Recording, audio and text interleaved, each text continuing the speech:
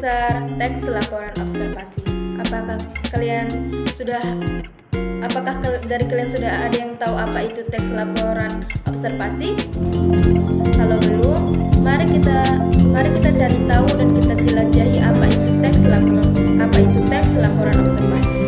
Observasi merupakan metode pengumpulan data yang dilakukan dengan mengamati secara langsung suatu objek atau situasi dalam konteks laporan hasil observasi. Di dalam teks laporan observasi itu ada tujuan. Yang pertama itu ada mendokumentasikan kejadian. Laporan hasil observasi bertujuan untuk mendokumentasikan kejadian atau situasi yang diamati secara rutin agar dapat memberikan gambaran yang jelas kepada pembaca. Yang kedua itu ada menganalisis fenomena. Melalui laporan observasi, penulis dapat menganalisis fenomena atau pola perilaku yang teramati, memberikan pemahaman yang lebih mendalam terkait dengan subjek observasi. Yang ketiga itu ada memberikan rekomendasi atau saran. Laporan hasil observasi seringkali diharapkan dapat memberikan rekomendasi atau saran untuk memperbaiki atau tindakan lebih lanjut terkait dengan objek observasi tersebut. Langkah-langkah menyusun garis besar isi teks laporan observasi. Yang pertama itu ada judul laporan. Tentukan judul laporan yang mencerminkan pokok observasi dan bersifat informasi. Yang kedua itu ada pendahuluan. Di pendahuluan terbagi menjadi dua. Yang pertama itu ada latar belakang. Jelaskan mengapa observasi dilakukan dan mengapa observasi tersebut dipilih. Yang kedua itu ada tujuan observasi. Sampaikan tujuan dari observasi yang akan dilaporkan. Yang ketiga itu ada metode observasi. Metode observasi ini juga terbagi menjadi dua yang perlu kita perhatikan. Pertama itu deskripsi metode.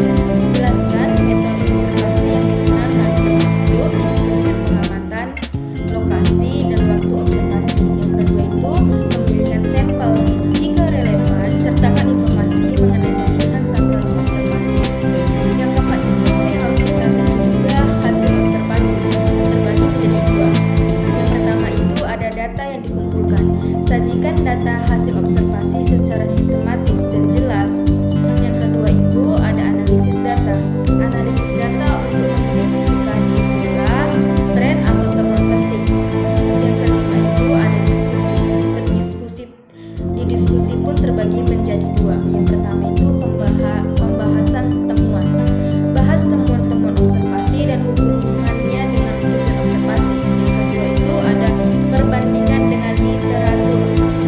Jika ada bandingan temuan yang literatur atau penelitian. Keenam itu ada kesimpulan atau ringkasan temuan. Ringkaslah temuan utama dari awal observasi hingga akhir observasi. Yang kedua itu ada implikasi dan rekomendasi. Sampaikan implikasi dari temuan dan berikan rekomendasi atau saran untuk tindakan lebih lanjut. Yang terakhir itu daftar pustaka. Sertakan daftar pustaka yang merujuk pada sumber-sumber yang digunakan atau dikutip dalam laporan observasi tersebut. Ada tips penting yang perlu diperhatikan dalam membuat teks laporan observasi. Yang pertama itu ada ketelitian dan objektivitas. Pastikan laporan menggambarkan observasi dengan akurat dan objektif. Yang kedua itu ada bahasa yang jelas dan formal. Gunakan bahasa yang jelas, formal, dan sesuai dengan kaidah tata bahasa. Yang ketiga itu ada format dan tata letak.